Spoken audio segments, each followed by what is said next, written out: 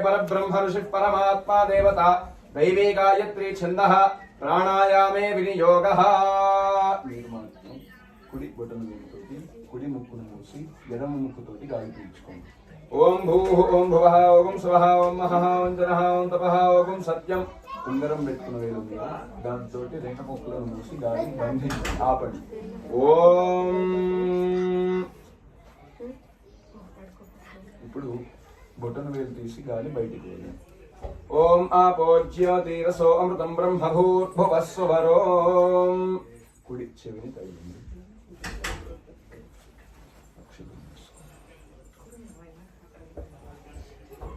ఎడమ చేతిలో వేసుకొని కుడి చేయి మీద బోర్లించి కుడి తొడ పైన పెట్టుకోండి అందరూ ఎడమ చేతిలో కుడి చేయి ఇలా బోర్లించి కుడి తొడ పైన పెట్టుకొని నేను చెప్పిన సంకల్పాన్ని ఒకసారి చెప్పండి right hand left on right side ఇక్కడ ఇంగ్లీష్ ఎంత ఉంది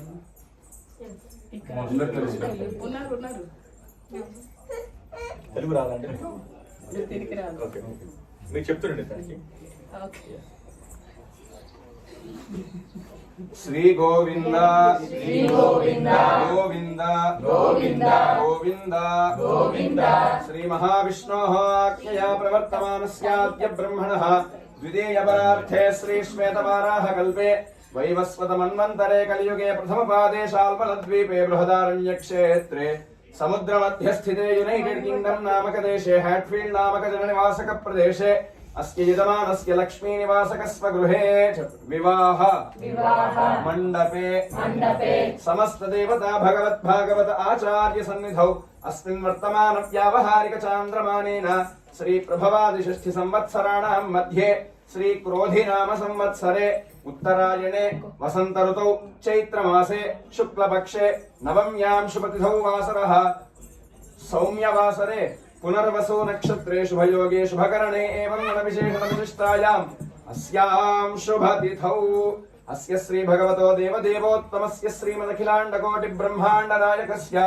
देवदेवस्य जगत्कुटुम्बिनः जगद्रक्षणार्थं लीलयावतीर्णस्य श्री सीता लक्ष्मण हनुमत् समेत श्री कोदण्ड रामचन्द्र स्वामिनः विवाह महोत्सवं कर्तुं स्थित यजमानाः यजमानस्य गोत्रोद्भवस्य जलनील गोत्रोद्भवस्य यजमानस्य विदुल्लपल्ली वीरय्य नामधेयस्य यजमानस्य धर्मपत्न्याः विजयलक्ष्मी नाम्न्याः पुत्रस्य वेंकटेश नामधेयस्य उमामहेश्वरी नाम्न्याः नागसमिता नाम्न्याः एवं सहकुटुंबानां కూర్చున్న మీరు కూడా మనసులో మీ గోత్రాన్ని మీ పేర్లని ఇక్కడికి వద్దాము అనుకొని రాలేకపోయినా మీ నియర్ అండ్ డియర్ అందరినీ ఒకసారి చక్కగా మనసులో తలుచుకొని సంకల్పాన్ని ఒకసారి చెప్పుకుందాం मम सहकुटुम्बानां क्षेम स्थैर्य धैर्य वीर्य विजय अभय आयुः आरोग्य ऐश्वर्य धन धान्य पुत्र पौत्र अभिवृद्ध्यर्थं आध्यात्मिक आधिभौतिक आधिदैविक आपत्रय निवारणार्थं सर्वग्रह अनुकूलता सिद्ध्यर्थं मानसिक प्रशांत जीवन शारीरक दृढ़ जीवन प्राप्त्यर्थं श्री रामचंद्र स्वामिनः परिपूर्ण कृपा कटाक्ष सिद्ध्यर्थं वर्षे वर्षे प्रयुक्त ప్రయుక్తమాన శ్రీరామనవమి పర్వదిన ప్రయుక్త కళ్యాణ మహోత్సవం రామచంద్ర స్వామినః కైంకర్య రూపేణ స్వామినః ప్రీత్యర్థం బంధుజనైః సహ శ్రీరామచంద్ర స్వామినః కళ్యాణ మహోత్సవం ఆచార్య శ్రీహస్తేన కారయిష్యే.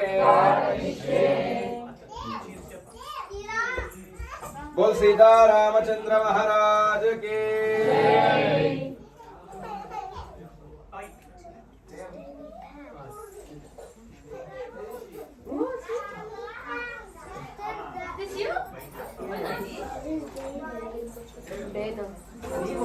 ఒక్కసారి అందరూ నమస్కారం చేసుకొని కాస్త నడుమెత్తి కూర్చొని నమస్కారం చేసుకొని కళ్ళు మూసుకొని దర్శనమిస్తున్న ఆ స్వామిని అమ్మని మనసులో ధ్యానం చేసుకుంటూ మీ కోరికలని ఏవైనా బాధలుంటే వాటిని తొలగించమని, అలాగే మంచి జీవితాన్ని ప్రసాదించమని, చక్కటి విద్యని పిల్లలకి, చక్కటి డబ్బుని మనకి, చక్కటి ఆరోగ్యాన్ని అందరికీ ప్రసాదించమని, విశేషించి ఈ సంవత్సరం అత్యంత శుభప్రదమైన సంవత్సరం. ఎందుకంటే శ్రీరామచంద్ర స్వామి 500 సంవత్సరాల తర్వాత తన ఇంటికి తిరిగి వచ్చిన సంవత్సరం. తాను ఇంటికి తిరిగి వచ్చిన తర్వాత, ఇల్లు ఏది? అయోధ్య. తన సొంతిల్లు అదే కదా, అయోధ్యలో జన్మించాడు రామచంద్ర స్వామి. మరలా తిరిగి అదే బాల రూపంలో 2024వ సంవత్సరంలో మనందరి కోసం తాను తిరిగి వచ్చాడు. అదే సంవత్సరం మొట్టమొదటి శ్రీరామనవమి జరుగుతున్నది. ఆ శ్రీరామనవమిని ఏ ఆదివారమో మంగళవారమో కాకుండా శ్రీరామనవమి నాడే తన కళ్యాణం చేసుకునే భాగ్యాన్ని మనకు ప్రసాదించిన ఆ స్వామిని ఎప్పుడూ తన అనుగ్రహాన్ని మనకు ప్రసాదించమని ఒకసారి మనసారా ప్రార్థన చేసుకోండి. చక్కటి జీవితాన్ని ప్రసాదించమని స్వామిని వేడుకొని కార్యక్రమాన్ని ఇప్పుడు ప్రారంభం చేస్తాం. సంకల్పం చెప్పారు ఇప్పటి వరకు. ఇప్పటిదాకా మీరు చెప్పింది సంకల్పం అంటారు. సంకల్పము అంటే ఏమి చేస్తున్నాము, ఎందుకు ఇక్కడ కూర్చొని ఉన్నాము, ఏ దేశకాల సంకీర్తనము అంటాము సంకల్పాన్ని. అంటే ఏ దేశంలో, ఏ కాలంలో, ఏ ఋతువులో, ఏ మాసంలో, ఏ పక్షంలో, ఏ తిథిలో, ఏ రోజు, ఏ నక్షత్రంలో మనం పూజ చేసుకుంటున్నాము, ఎందుకోసం పూజ చేసుకుంటున్నాము అనేది ఒకసారి స్వామి శ్రీపాదాల దగ్గర విన్నపం చేసుకొని, మాకేవో కోరికలు ఉన్నాయి స్వామి, అవన్నీ తీరాలంటే మరి నువ్వు మా మీద దయ ఉంచాలి.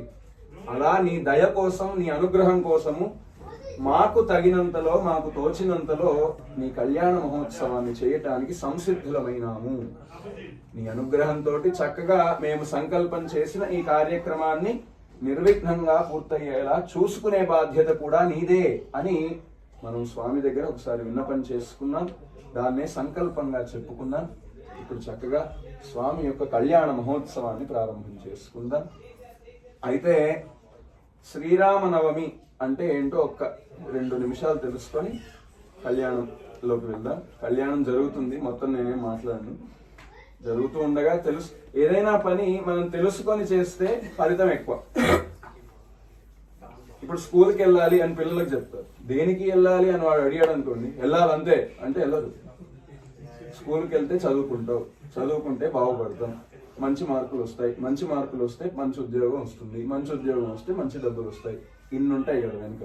ఇవన్నీ చెప్తే వాడికి ఓకే, ఓన్లీ ఎప్పుడో చేసే ఉద్యోగానికి ఇప్పుడే స్కూల్కి వెళ్ళాలా అని మనసులో తిట్టుకున్నా వెళ్తాడు. లేదు లే స్కూల్కి వెళ్ళు అంటే ఆ రోజు ఖచ్చితంగా వెళ్తాడు. అలాగే ఏదైనా పని మనం చేస్తున్నాం అనుకోండి, ఎందుకు చేస్తున్నాము, దాని ద్వారా వచ్చే ఫలితం ఏమిటి, లేదా దాని ద్వారా మనకు కలిగే ఆనందం ఏమిటి అని తెలుసుకుంటే ఆ ఫలితం ఇంకాస్త మనసుకి ఎక్కుతుంది. శ్రీరామనవమి అంటే డిఫాల్ట్ గా మనకి కళ్యాణం చేస్తారు అనేది తెలుసు. అసలు శ్రీరామనవమి అంటే రాముడు పుట్టినరోజు కదా, పునర్వసు నక్షత్రము అని ఇందాక సంకల్పంలో చెప్పుకున్నాము. మరి పునర్వసు నక్షత్రము రాముడు పుట్టినరోజు, ఆ రోజు ఆయనకు పెళ్లి చేస్తారంటే అసలు పుట్టగానే పెళ్లి చేసి పంపించేస్తారా అనే సందేహం మీకు రావచ్చు. అయితే స్వామి మనిషి రూపంలో మన దగ్గరికి వచ్చిన ధర్మాన్ని ఎలా ఆచరించాలో చెప్పటానికి ఈ భూమి మీదకి మనిషి రూపంలోకి వచ్చినా కూడా ఆయన విష్ణు అవతారము. దశావతారాల్లో ఒక అవతారము రామావతారము. అది ఈనాడు జరిగింది. చైత్ర శుద్ధ నవమి పునర్వసు నక్షత్రంలో రాముడు ఈ భూమి మీద అవతరించడం జరిగింది.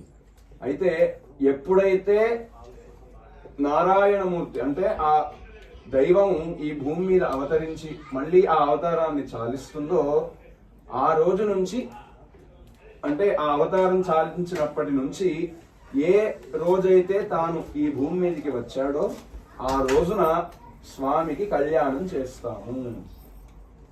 తాను పునర్వసు నక్షత్రంలో జన్మించి ఉన్నాడు. యస్య అవతార దివసే తస్య కళ్యాణం ఆచరే అని మనకి శాస్త్రము చెబుతుంది, ఆగమ శాస్త్రం. ఎవరి అవతార దినము నాడు వారి కళ్యాణమును చేయించవలెను అని మనకి శాస్త్రము. దేనికి అంటే లోకక్షేమార్థము ఆనాడు స్వామికి అమ్మకి కళ్యాణము జరిపించటము ఆనవాయితీ మరియు ఆగమ శాస్త్ర పద్ధతి. అందుకని చక్కగా స్వామిని అమ్మని అక్కడ వేయించేపు చేసుకొని కళ్యాణం చేయించటానికి సిద్ధంగా ఉంచినాము. సంకల్పం చెప్పుకున్నాం. అయితే ఏ పూజ చేసుకోవాలి అన్నా నిర్విఘ్నంగా నిరాటంకంగా పూర్తవ్వాలి అనే కోరుకుంటాం. పూజ కావచ్చు, మన నిత్య జీవితంలో కావచ్చు, ఏదైనా పని మొదలు పెడితే ఒక టైం లైన్ పెట్టుకొని అంతలోపు అయిపోవాలి అనే కోరుకుంటాం తప్ప పోస్ట్ పోన్ అవ్వాలి అనేది పని మొదలు పెట్టాం.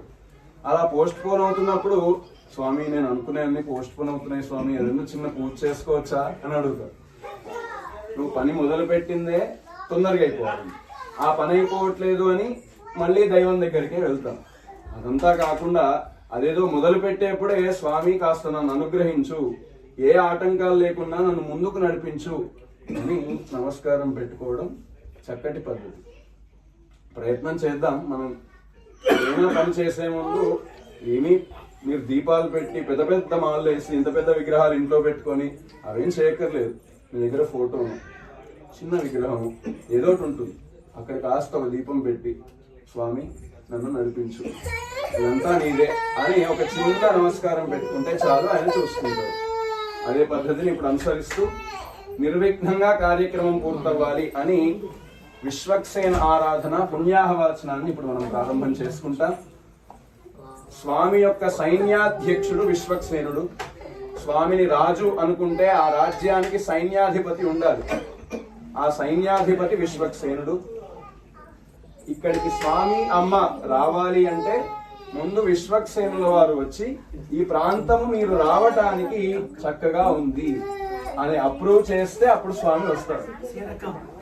కాబట్టి ముందు ఆ విశ్వక్సేనుల వారిని ఆవాహన చేసుకొని వారిని అర్చన చేసుకొని వారిని సంతృప్తి పరిచి, నువ్వు చెప్తే స్వామి వారు ఏం చేస్తారు, కాస్త మా కోసం స్వామి వారిని ఇక్కడికి తీసుకొని వచ్చే బాధ్యత నీది అని విశ్వక్సేనుల వారికి ఆ బాధ్యతను అప్పగించి మనం కార్యక్రమాన్ని జరుపుకుంటూ ముందుకెళ్దాం. కార్యక్రమం జరుగుతున్నంతసేపు శ్రీరామాయ నమః శ్రీరామాయ నమః అనే అద్భుతమైన రామ మంత్రాన్ని మనసులో అనుసంధానం చేస్తూ చక్కగా స్వామిని దర్శనం చేసుకోండి. కార్యక్రమాన్ని ప్రారంభం చేసుకుందాం. తతః సంకల్పిత కార్యం నిర్విఘ్నేన సమాప్త్యర్థమాదౌ విశ్వక్సేనారాధన ఏవం గణపతి పూజాఖ్యం పుణ్యాహవాచనం చ కరిష్యే ఇతి సంకల్ప్య ఓం శముచీనాన్యవేత్ పరిదో వదంతి స విశ్వక్సేనాన్నయంతి యోస్మాన్ ద్వేష్టియం చ వయం విష్మః స విశ్వక్సేనాభిమృషితా హవే తత్పురుషాయ విద్మహే వేత్రహస్తాయ ధీమహి తన్నః శాంతః ప్రచోదయాత్. ओम भूर्भुवस्सुवस्सुवाहयामि ओम भुवस्सुवस्सुवाहयामि ओम स्वस्सुवस्सुवाहयामि ओम भूर्भुवस्सुवस्सुवाहयामि स्वागतात्मस्थापनं मुद्रा प्रदर्श्य आचक्राय नमः विचक्राय नमः सूर्यचक्राय नमः स्वाहाचक्राय नमः अस्त्राय फड तदङ्गपात्रा साधनं च करिष्ये अर्घ्यादिजलेष्किञ्चित् जलं निक्षिप्त्वा ओम अष्टाक्षर्याष्टवारुहमन्त्र्या विरजानद्यै नमः आगच्छागच्छागच्छ अर्घ्यं परिकल्पयामि पाद्यं परिकल्पयामि आत्मनीयं परिकल्पयामि वरुणाय स्नानीयात्मने नमः स्नानीयं परिकल्पयामि शान्त्यै शुद्धोदकरूपिण्यै नमः विशुद्धोदकं परिकल्पयामि अन्यजलेन शेषजलेन पूजाद्रव्याणि प्रोक्षयेत् सपरिवाराय श्रीमते विश्वक्सेनाय नमः हस्तयोः अर्घ्यं समर्पयामि सपरिवाराय श्रीमते विश्वक्सेनाय नमः पादयोः पाद्यं समर्पयामि सपरिवाराय श्रीमते विश्वक्सेनाय नमः तिरुमुखमण्डले आचमनीयं समर्पयामि सपरिवाराय श्रीमते विश्वक्सेनाय नमः स्नानीयं परिकल्पयामि स्नानानन्तरं शुद्ध आचमनीयं परिकल्पयामि सपरिवाराय श्रीमते विश्वक्सेनाय नमः वस्त्रार्थमक्षतान् समर्पयामि सपरिवाराय श्रीमते विश्वक्सेनाय नमः उपवीतार्थमक्षतान् समर्पयामि सपरिवाराय श्रीमते विश्वक्सेनाय नमः